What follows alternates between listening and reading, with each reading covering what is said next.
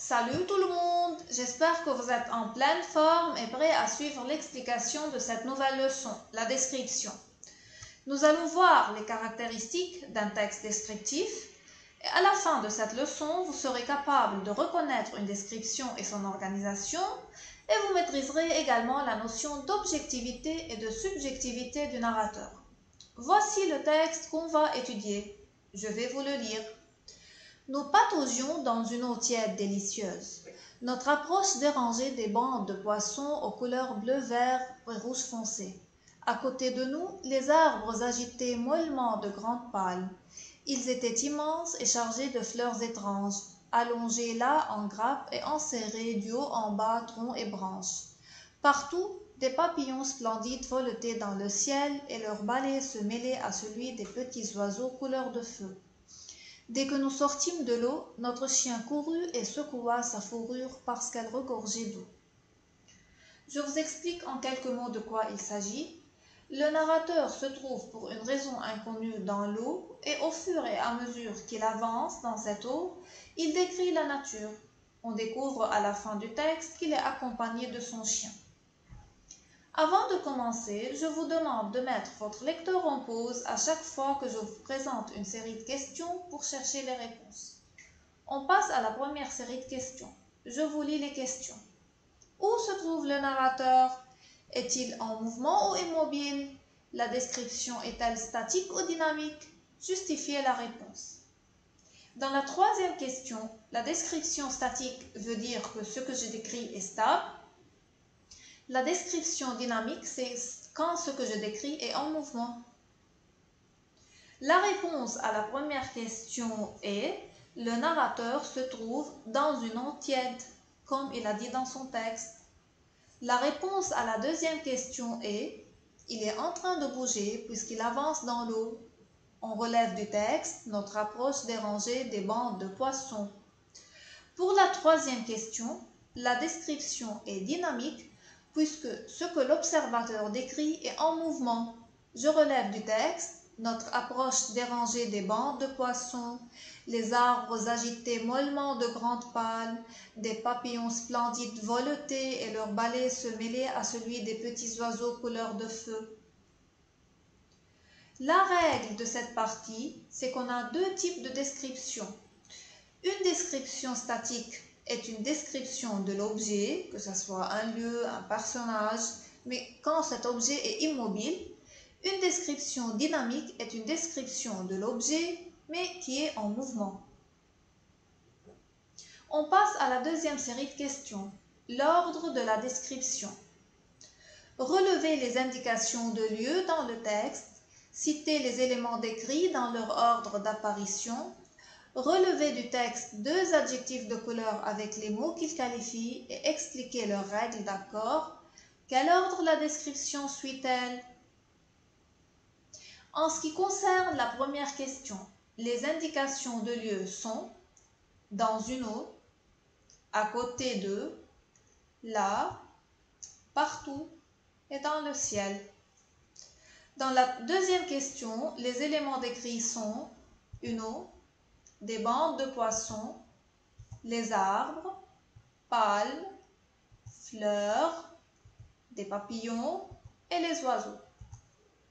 Pour la troisième question, on a bleu, vert et rouge foncé.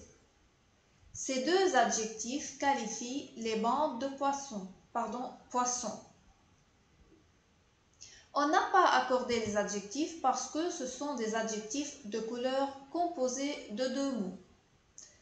Une petite remarque, l'utilisation des adjectifs rend la description plus riche, comme dans ce texte dans lequel les adjectifs se trouvent en abondance.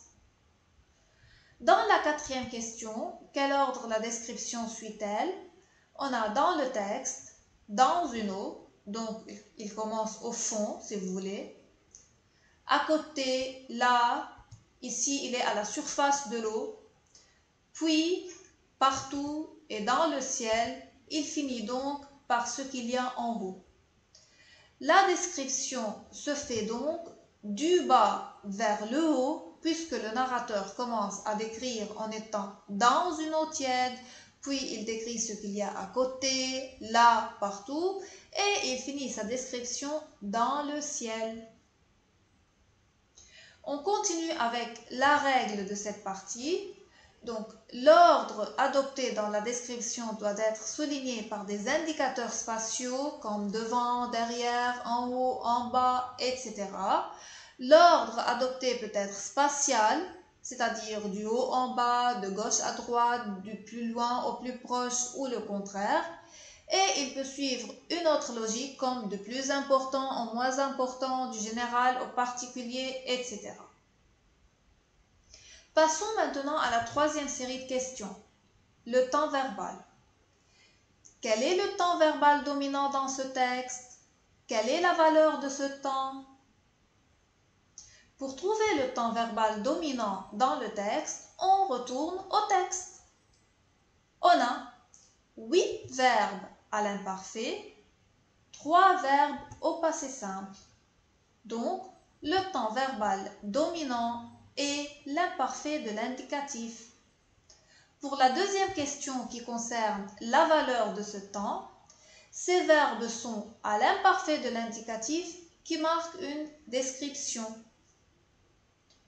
Nous constatons que quand le texte est au passé, la description se fait à l'imparfait de l'indicatif, et quand le texte est au présent, la description se fait au présent de l'indicatif.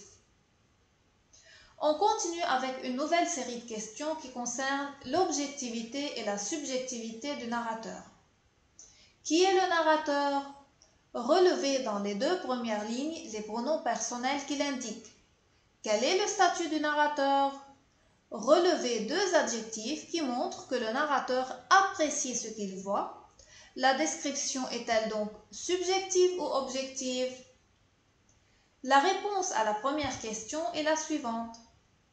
Le narrateur est un personnage de l'histoire. Les pronoms personnels sont ceux de la première personne du pluriel « nous ». Comme vous le voyez dans les 2 premières lignes du texte, on a « nous » et « nous ». Quel est le statut du narrateur? Il est interne puisqu'il utilise la première personne du pluriel. S'il avait utilisé la troisième, il serait externe, bien sûr. Dans la troisième question, on retourne au texte pour relever les 2 adjectifs qui montrent que le narrateur apprécie ce qu'il voit. Ces 2 adjectifs sont délicieuse et splendide.